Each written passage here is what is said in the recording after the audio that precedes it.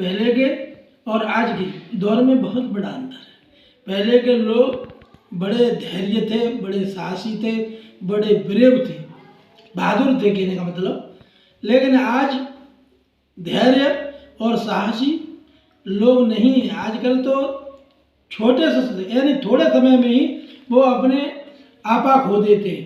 तो मैं आपको एक बार की बात बताता हूँ कि एक सज्जन अपनी ससुराल गए। कलयुग का दौर था, ससुराल में गए। तो ससुराल में जब वे पहुंचे तो ऊंची हिल का जूता, क्योंकि आधुनिक जमाने में तो लड़के बड़ी फैशन करते हैं और फैशनेबल तो है ही जमाना। तो वे ससुराल पहुंचे, ऊंची हिल का जूता पहने हुए थे, ससुराल में पहुंचे।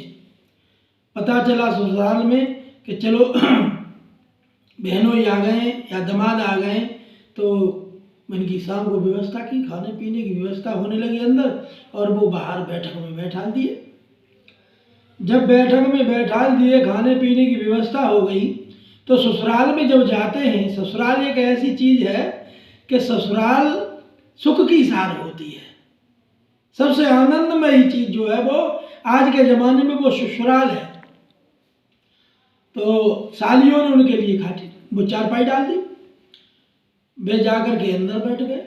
आंगन थोड़ा खुला हुआ था, उसमें बैठ गए।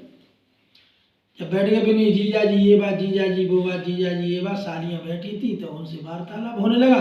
जीजा जी बड़े प्रसन्न चित्त से होकर के अपनी सालियों से बात कर रहे थे, हंस के मुस्कुरा मुस्कुरा के आनंद लेते हुए।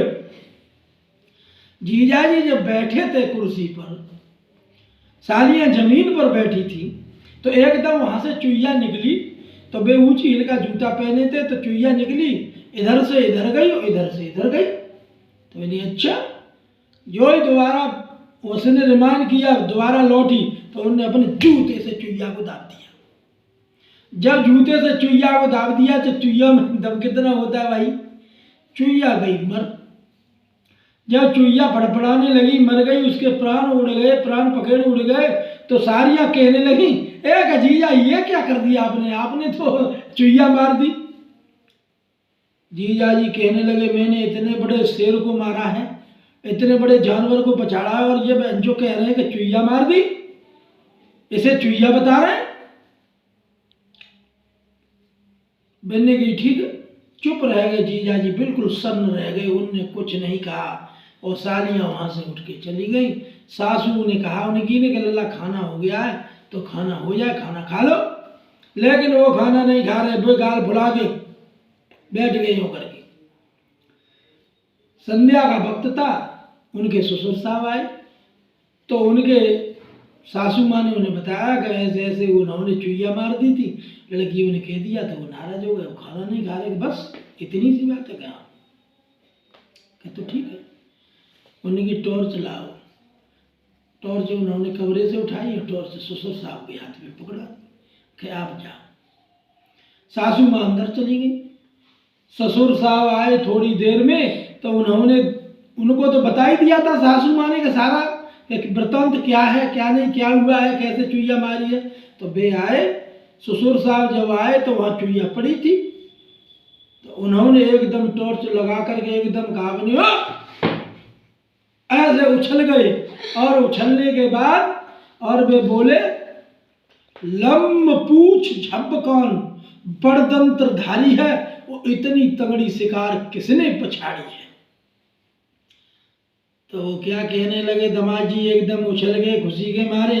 मैंने कि इन्होंने सही पहचाना है, ये तो मूर्ख थे, सो इसे चुईया बता रहे थे। अब वो कहने लगे कि लड़का तो हम उमेश के और दामाद हैं तुम्हारे, और मारी तो है करतार ने, औस है हमारे। तो मैंने कि शाबाश बेटे, शाबाश बेटे, पीठ ठोकी यूं करके शाबाश बेटे, और पीठ ठोकते हुए धन्यवाद दिया।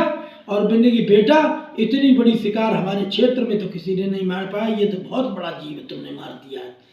आज अगर समाज में लोग देखेंगे तो यूँ कहेंगे कि वास्तव में उनका दामाद बहुत बड़ा बहादुर है, उसने इतनी बड़ी शिकार को मार दिया है।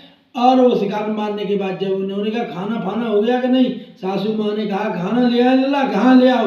खाना आ गया, दामाद जी ने बड़े प्रेम से खाना खाया।